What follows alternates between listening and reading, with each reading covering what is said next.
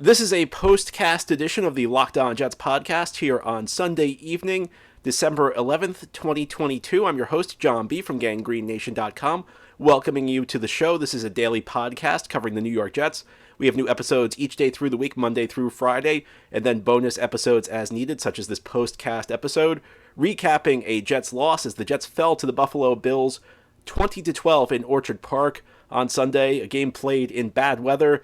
The Jets lose their second straight game and fall to 7-6 on the season. I said on Friday's preview show that this was not a critical game for the Jets' playoff hopes. In fact, it was the type of game where winning helps the Jets' playoff odds more than losing hurts them. Now, the Jets are going to have to win games ahead, but I think when you looked at this schedule, this was never a game that you penciled in as a win. It was a game you penciled in as a loss. It was always a tough matchup. Buffalo, probably the best team in the AFC, arguably the best team in the entire league, and the Jets already beat them once this year. And I know it's a cliche saying that it's tough to sweep a team, but it's really tough to sweep a team as good as the Buffalo Bills.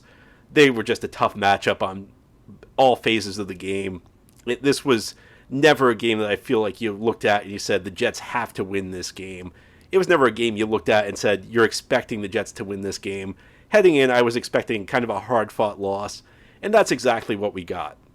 I think the concern coming from this game is all the injuries the Jets suffered, because the Jets lost a lot of key players. None more important than Quinnen Williams, who has been an outstanding player, and I think reaching the point where he needs to be in the Defensive Player of the Year discussion. He left the game with a calf injury, and the defense kind of fell apart from that point. As I was watching the game, I was saying, as great as Quinnen Williams is, as great as he's been this year, it seemed to me like one player should not make that big of a difference, especially when you look at all the talent the Jets have on defense. But the more I think about it, the more I think about how great Quinnen Williams has been, maybe he does make that big of a difference, because the Bills kind of did what they wanted in the second half on the offensive side of the ball until they got into the mode where they were running out the clock. But Buffalo had a lot of success in this game on the offensive side of the ball after Quinnen Williams left, after really not doing a whole lot. And Quinnen Williams dominating. Quinnen Williams living in the Buffalo backfield, penetrating, making plays, getting sacks in this game. You don't want to lose Quinnen Williams for any extended stretch of time. But there were some other key injuries on the offensive side of the ball. It's bad when your quarterback gets injured and he's not the lead story, because Quinnen Williams was the lead story. But Mike White had to leave this game a couple of times after taking some big hits. And White came back into the game. He showed incredible toughness and made some big-time throws, even though the Jets only scored 10 points on offense. I don't think you can pin this loss on Mike White, even after a first half that wasn't very good. In fact, I'd even go as far to say is that after this game, I think unless something dramatic happens, unless White goes on like a 3-week slump, he's probably the starting quarterback the rest of the season, because I think he probably earned a lot of points in the locker room for the toughness he showed in this game. But you don't know what his status is going forward. He did return to the game, but sometimes you see a guy come back into a game and then maybe the injury starts getting a little bit worse. Maybe you can get back into a game on pure adrenaline. We'll need to hear what happened to Mike White, but there were some other injuries too. I mean, they lost Corey Davis in what you would assume is a concussion, because they phrased it a head injury. You saw him come down, you saw him take a hit on a reception that he made in the first half, and then they immediately ruled him out, which typically is a concussion. And the Jets lost George Fant in this game. The revolving door at for injuries on the offensive line, especially the tackle position, unfortunately continues for the New York Jets as they lose George Fant in this game. So this game, I don't feel like this is a devastating loss from the standpoint that this wasn't a game that the Jets needed to win to make the playoffs. I said heading into this one, it's a bonus if they get the win, but really the whole ball game comes down to 3 out of 4 of the games coming up: Detroit, Jacksonville, Seattle, Miami. And really the next two are going to be critical. They got to beat Detroit, they got to beat Jacksonville, and then you split the last two between road games against quality Seattle and Miami teams. That's the whole ball game. This win would have been a bonus. It was not a game, a very difficult matchup against an excellent team, and a team you already beat once. So beating this team twice, I don't think that was on anybody's card entering the season. Now, you want to look back on games with regret. You can look back on a game against a New England team that's frankly pretty mediocre. You can look back at 2 games against the New England team that's been mediocre, You can even look back to last week against the Minnesota Vikings, a team that may be at the top of the NFC, but a team that's not as good as its record would indicate, a team that's not as good as this Buffalo team. Those are the games you look back with great frustration. I don't think you look back on this one with as much frustration because this is a game the Jets, unfortunately, we're past the point where this happens on a weekly basis because it used to happen every single week. This was one of the rare times this year the Jets stepped on the field and were at a clear talent disadvantage, and this was before the injuries. However, the Jets did miss some opportunities in this game, and as we continue this Sunday evening Locked On Jets postcast, we'll talk about areas where they failed because at the end of the day, the Jets just did not get a winning effort in any of the game's three phases. We'll discuss further as we continue this Sunday postcast edition of the Locked On Jets podcast. This episode of Locked On Jets is brought to you by Turo. Turo is the world's largest car-sharing marketplace. With Turo, you can book any car you want wherever you want it from a community of local hosts. You can browse a huge selection of vehicles for just about any occasion or budget across the US, Canada, the UK, or Australia. Book a spacious SUV or minivan for a family road trip. Get a classic or luxury car for a special event, birthday, or holiday. Find affordable economy cars if you're on a budget and just need to get from point A to point B. Test drive that new electric vehicle you've had your eye on to see how it fits into your everyday life if you're going to a Jets game. You're traveling, maybe you need a way to get to the game. Many Turo hosts can deliver the car right to you. Every trip is backed by liability insurance. Terms, conditions, and exclusions apply. Forget boring rental cars and find your drive at Turo, Turo.com. This episode of Locked On Jets is brought to you by Audible. Audible is releasing a slate of new football podcasts that we're sure you're going to love. That's why you'll be able to find a sneak peek of Think Like a Champion available right now as a bonus episode on Locked On Presents. Think Like a Champion is a brand new podcast from Russell Wilson and Audible. Russ is a champion on the field, but off it we rarely know the grind on the path to greatness. Russell Wilson, alongside co-host Harry Wilson, digs into how high-performance athletes, artists, and leaders push the boundaries of their potential. Each episode features interviews with Olympic medalists, NFL stars, and business leaders. And we know you like football podcasts, that's why you're listening to Locked On Jets.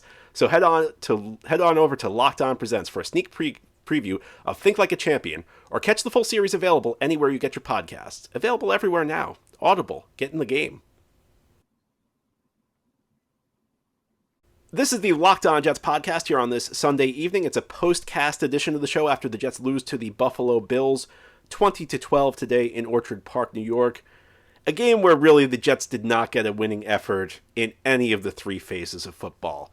It's unfortunate because the defense started out great. In fact, in my view, this game was kind of a reverse of what happened in the first game for the Jets defense, because Jets defense, I thought, came out very flat in the first game. Even though they got an interception on the first series off Josh Allen in that one, it felt to me in the first half like the Bills were doing what they wanted, and the only way the Jets were getting stops was the Bills making unforced errors. And then in the second half, the Jets defense really heated up. The defensive line was playing very well, and the Bills could not get much going. Well, it was the reverse in this one. The first half, the Jets defense, they had some miscues in the defensive backfield. There was one play early where Stephon Diggs got matched up in the slot against Michael Carter II and beat Carter clean, and Josh Allen missed a throw that could have been a touchdown. And the weather was an impact in this game. Jets have played a lot of bad weather games recently. I don't think any of those games had the weather impact the game play the way this one did. I know the New England game, the kicking game, was affected a little bit, and that ended up being important because New England won on a punt return touchdown. But the game against Chicago a couple weeks ago, it was a bad weather game. It really did not impact things. This was clearly impacting both the kicking game and the passing game. So Josh Allen missed some throws on some coverage busts, but the Jets' defensive line was playing great. I mentioned that Quinnen Williams was having another outstanding game before he left with a calf injury, and it was non-contact play. It was a very scary injury. Whenever you see a guy go down like that on a non-contact play, your immediate thought is that it's a very scary situation because you see a lot of very serious injuries. Guys miss a lot of time on plays like that. Williams was able to walk it off. It sounds like a calf injury, so we'll have to wait and see. But after Williams left, the Jets' pass rush, Sheldon Rankins got a sack after Williams left, but the Jets' pass rush kind of fell apart. It really was not as effective in the second half of the game. And of course, the play that got Buffalo going was just maybe the most boneheaded penalty of the NFL this season, is C.J. Mosley jumping over the line of scrimmage on a fourth down play. And essentially what had happened was Buffalo was stopped short of the sticks on third down after the 2-minute warning. So the Bills kind of bluffed. They got up to the line, and they essentially were bluffing that they were going to run a play. And the reason that they did that was that if they didn't do that and they would just signaled that they were going to punt, the Jets were going to call a timeout to conserve time. But with Buffalo going for it, the Jets really could not call a timeout in that situation because otherwise you're giving Buffalo a chance to regroup and talk it over. And also, if the Bills pick up the first down, then you're leaving them more time to score. So it was a smart move by Buffalo to bluff it, but it was the most obvious bluff in the world. Essentially, one of the reasons they did it was, maybe the Jets do something really dumb, and that's what C.J. Mosley did, because there was no chance the Bills were going to snap that ball in a 0-0 game and risk giving the Jets great field position with less than 2 minutes left in the first half. It was a game where, it was a very big defensive struggle, and C.J. Mosley, I just can't figure out what he was doing. And he gifts the Bills a first down, and the Jets were back on their heels at that point, and the Bills went down the field and scored a touchdown right before the half. And in the second half, again, the pass rush wasn't there. I think the Jets really missed Quinnen Williams in this one. As much as I was watching the game saying one player shouldn't make that big of a difference, Quinnen Williams has been so great this year that maybe he does, even with all the talent the Jets have on defense. I think they should have played better, but Quinnen Williams is no small loss. The offensive side of the ball, they struggled. The wind was an issue. I think Mike White missed some throws in the first half. And second half, he left with an injury. Joe Flacco had a terrible fumble. Joe Flacco, in very limited playing time, did not look good. Michael Carter had a huge fumble in the second half as well. As I said, White came back in and showed a lot of toughness and actually hit some big throws in the second half. So, I don't think you can put this loss on White, but I don't think the Jets got a winning performance out of their offense, and I think those two fumbles in the second half really killed the team. And then the special teams, the punt game just wasn't working. Braxton Berrios, failed. And again, Wynn may have played a role in this, but Braxton Berrios cost the Jets some field position in the first half of what was a field position game and really put the offense behind the eight ball a couple of times by some misreads on punts. And I think there were points where Braden Mann did not hit good punts. At times he outkicked his coverage. There was a couple of opportunities the Jets had to pin the Bills deep where Mann overhit it. Again, Wynn may have come into play, but you look at this, the Bills are a better team. The Jets played a big role in their own demise, though. They made some pretty big errors of their own, and unfortunately, they leave this game with a loss. Not a loss that kills them. The Jets are still very much in this, and the whole season is essentially win 3 of the next 4, and you're probably in the playoffs. And these games, they're not. There's no easy games at this point of the year, but these are games the Jets can win. And we'll discuss that on future episodes. But that's all for today's postcast. This has been the Locked On Jets podcast, part of the Locked On Podcast Network. Your team every day is our motto. Again, this is a daily podcast covering the New York Jets. We have new episodes each day, Monday through Friday, and then bonus episodes as needed. If you enjoy the show, hit the subscribe button where you're watching or listening so that you'll never miss an episode. If you're listening on a podcast source, please give the show a 5-star review. Helps the channel out, helps other Jets fans find the podcast. If you're watching on YouTube, please give this episode a big thumbs up. Again, helps the channel out, helps the podcast. Have a great Sunday evening, everybody. We'll be back tomorrow, Monday, with our regular Monday episode of Locked On Jets. We'll break the game down in more detail as the Jets fall to the Buffalo Bills to go to 7-6 on the season.